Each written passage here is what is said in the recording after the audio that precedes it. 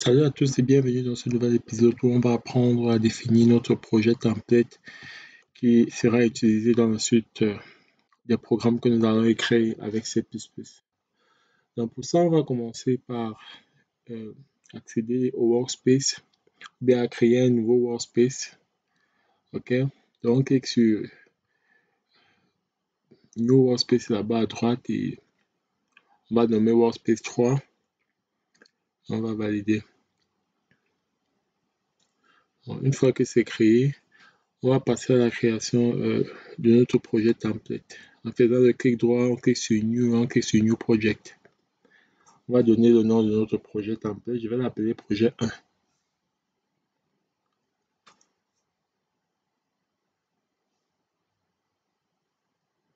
Donc, les paramètres, c'est console pour catégorie, le type,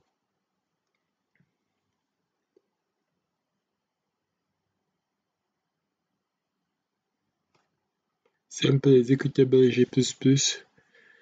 Le compiler va rester MinGW, qui est celui que nous avons installé dans l'épisode précédent. Le debugger va rester GNU, JDB et build system doit être CodeLight. Vous devez vous rassurer que tous ces éléments-ci apparaissent exactement pareil chez vous. Donc le build system c'est CodeLight Makefile Generator. Si vous n'avez pas vu le premier épisode où j'explique comment installer CodeLight et ainsi que son compiler MinGW, allez-y regarder les précédents épisodes. Okay? Donc une fois que c'est fait, on va cliquer sur OK. Et puis en cliquant sur le projet, on a accès au fichier main.ccp. OK? Donc c'est ça. Je vais clean up comme ça et puis je vais essayer d'écrire un petit programme, un petit code. OK? En commençant par le préprocesseur input output stream. Input output stream. Comme je l'ai dit tantôt, je vais maintenir toujours mes codes en anglais et essayer de vous expliquer un peu de quoi il s'agit. Vu que l'anglais c'est la langue de base de l'informatique.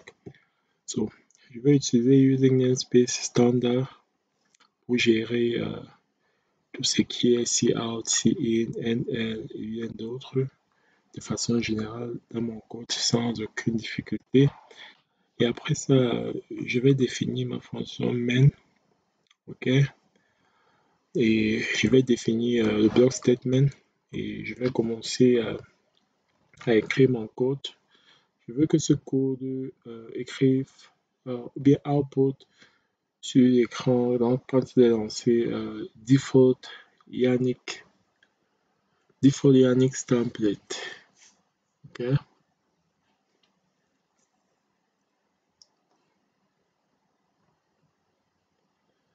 Donc cout c'est la commande qui correspond à print par exemple avec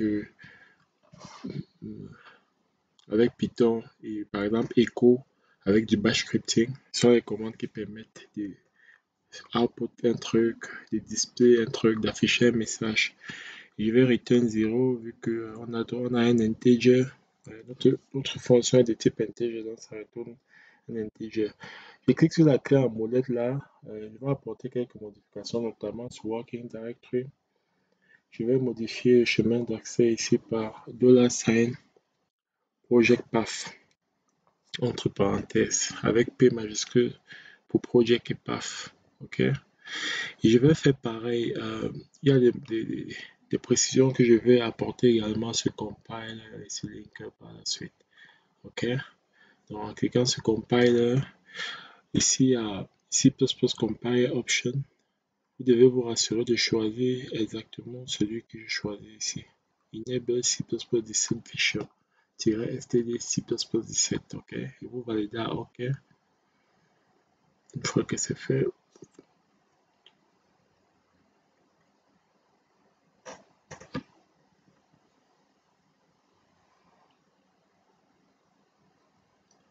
voilà, une fois que c'est fait, on va cliquer sur Link. La modification que je fais sur Link, c'est uniquement pour ceux qui utilisent Kotlin sur Windows, ok? So, vous allez faire tirer statique, ok? So, donc ça, c'est uniquement pour ceux qui utilisent Windows, ok? Donc, une fois que ceci est fait, je crois que dans l'ensemble, j'ai tout touché et compile est bon. Et le link est à tirer statique. Je crois que tout est OK. Donc, là, tout de suite, maintenant,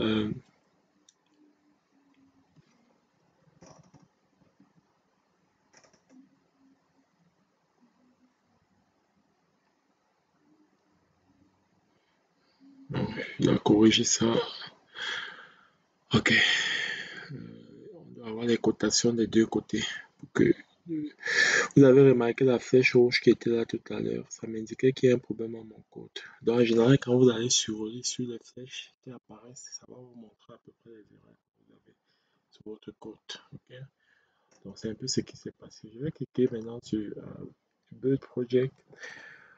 Je peux décider de compile avant de build, mais en cliquant directement sur build en général, ça fait les deux, ok? Ça compile et ça build. Ou bien je peux faire rebuild project chaque fois que j'apporte des modifications pour permettre un nettoyage des fichiers non nécessaires préalablement conçus, ok? Des exits non nécessaires préalablement conçus et bien d'autres. Et puis ensuite, je fais run. Donc, quand je fais rebuild, ça clean et ça build, ok? Donc, après, je fais maintenant run et j'exécute et voilà. Default Yannick's template qui apparaît. Ok. Donc, ça, c'est mon template. Ok. Maintenant, à partir de ça, je vais créer Save as template. Je vais le rendre vraiment le template réutilisable par tous les projets futurs. Ok. Donc, pour ça, je vais venir ici. Je vais le maintenir au nom projet 1. Je ne vais pas trop changer. J'aurais pu le nommer default, mais ça va. J'ai déjà un autre default que j'ai créé. Donc, je vais le maintenir à project 1. Projet catégorie, je vais choisir user template. Ok. Et puis, je peux donner une petite description si je veux avant de valider. OK.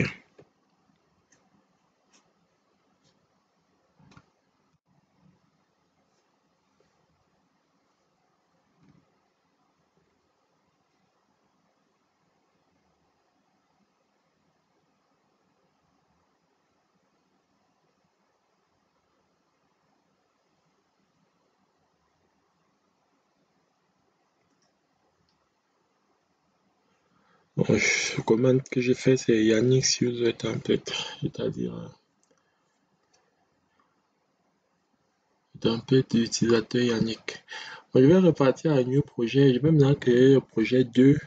Je vais vous montrer comment on va intégrer le template que j'ai créé précédemment à ce projet 2. Donc, ici, je clique sur user template. OK. Et quand je déroule ici, voilà projet 1 qui apparaît. Le type.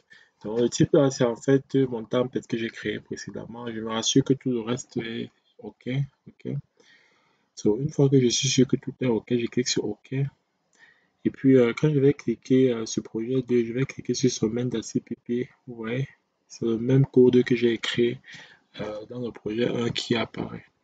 Donc, c'est exactement pareil. La seule chose qui ne change pas, qui ne s'enregistre pas automatiquement, c'est le project path. OK?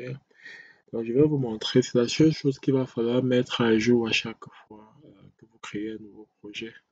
Donc, parce que le template ne prend pas ça complètement en considération, ne le gère pas directement. OK? So, je vais vous montrer ça vite fait. Donc, quand je reviens sur ma clé en molette là, euh, étant sur le projet 2, quand je vais passer à Working Directory, vous voyez, ce que j'avais apporté a changé à nouveau. Donc, ça, c'est le seul élément que je vais remettre à jour vite fait. Et puis, je devrais être OK.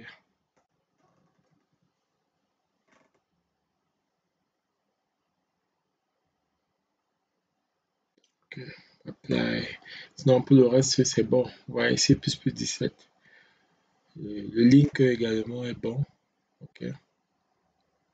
Voilà. Tiret statique. So, apply, OK, on est bon là. D'accord. Donc, c'est un peu ça, c'est à peu près ça, le processus pour créer votre template. OK. Si vous avez appris quelque chose de nouveau dans cette vidéo, je vous en prie de laisser un pouce bleu et surtout abonnez-vous. OK.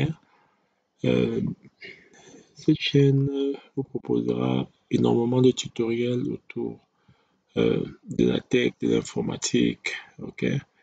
So, allez regarder la précédente série que j'ai fait déjà sur le batch scripting et Ansible. Je suis sûr que vous allez aimer. Donc, comme vous avez pu remarquer, notre code fonctionne à merveille à partir du template. OK? So, donc c'est un peu ce que je souhaitais partager avec vous aujourd'hui. Si vous avez des questions, n'hésitez pas à me les laisser en commentaire également. Et merci d'avoir regardé jusqu'ici et à très bientôt. Bye.